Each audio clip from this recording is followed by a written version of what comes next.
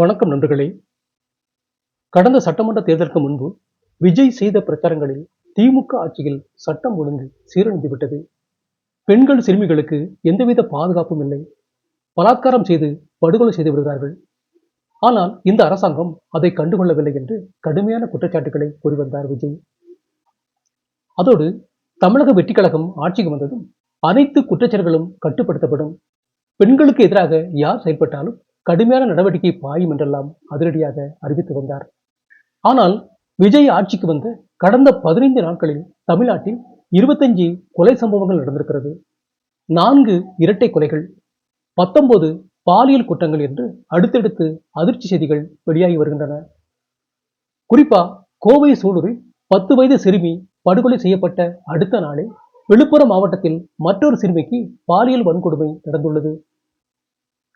மதுரை மீனாட்சி அம்மன் கோவில் அருகே சிறுவன் கொலை செய்யப்பட்டுள்ளான். அதேபோல் கோவையில் ஒரு இளம்பெண்ணின் வீட்டின் மீது பெட்ரோல் குண்டு வீசப்பட்டிருக்கிறது. அதையடுத்து முதலமைச்சர் விஜயின் பெரம்பூர் தொகுதியில் 13 வாகனங்களில் போதை கும்பல் பிடிபட்டிருக்கிறது. இப்படி தமிழ்நாடு முழுக்க பல குற்ற சம்பவங்கள் அடுத்தடுத்து நடைபெற்று அதிர்வலைகளை ஏற்படுத்தி வருகிறது.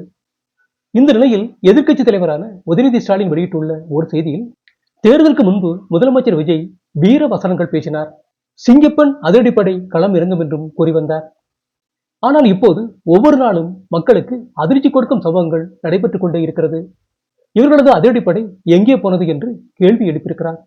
தற்போது தமிழ்நாட்டில் நடைபெற்று வரும் சம்பவங்களை தடுத்து நிறுத்த ஆக்கப்பூர்வமான எப்படிப்பட்ட நடவடிக்கைகளில் முதலமைச்சர் விஜய் ஈடுபட போகிறார்?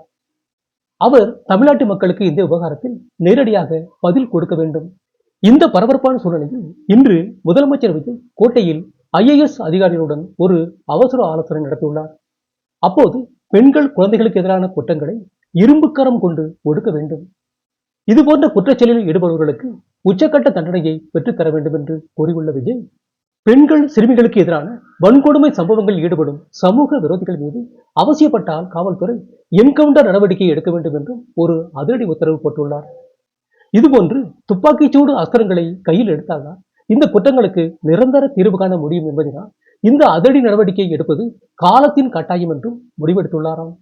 இப்படியான நிலையில் கடந்த திமுக ஆட்சி காலத்தின் போது தூத்துக்குடி விளாத்திக்குளம் அருகே 12ஆம் வகுப்பு மாணவியை வன்கொடுமை செய்த குற்றச்சாட்டில் கடந்த மார்ச் 10ஆம் தேதி தர்ம முனீஸ்வரன் என்பவரை போலீசார் கைது செய்தார்கள். அவர் மீது போக்சோ நீதிமன்றத்தில் விசாரணை நடைபெற்று வந்த நிலையில் 71 சாட்சிகளிடம் நீதிமன்றம் விசாரித்தது. இந்த நிலையில் மே 25ஆம் தேதியான இன்று தூத்துக்குடி மாவட்ட போக்சோ நீதிமன்றம் தர்ம முனீஸ்வரனுக்கு மரண தண்டனை விதித்து அதிரடி தீர்ப்பு வழங்கியுள்ளது. இந்த தீர்ப்பு குறித்த தகவல் வெளியானதை அடுத்து இதே தர்ம முனீஸ்வரன் ஏற்கனவே தூத்துக்குடி மாவட்டத்தில் ஒரு வயதான பெண்ணை வன்கொடுமை செய்த வழக்கில் சிறையில் அடைக்கப்பட்டிருந்தார். ஆனால் சில மாதங்களிலேயே வெளியே வந்து மீண்டும் விளாத்திக்குளம் மாணவியை வன்கொடுமை செய்து கொலை செய்திருக்கிறார். இப்படிப்பட்ட கொடூரமான குற்றவாளிகள் நீதிமன்றத்தின் மூலம் சில மாதங்களிலேயே வெளியே வந்து விடுவது கொடுமையான விஷயம். அதனால் இதுபோன்ற குற்றவாளிகளுக்கு நீதிமன்றம் ஜாமீன் கொடுக்காமல் நிரந்தரமாக சிறையில் அடைக்க வேண்டும். இன்னும் சொல்ல போனால் இவர்கள் மீது என்கவுண்டர் நடவடிக்கை எடுக்கலாம், இல்லை என்றால் தூக்கில் போடலாம்.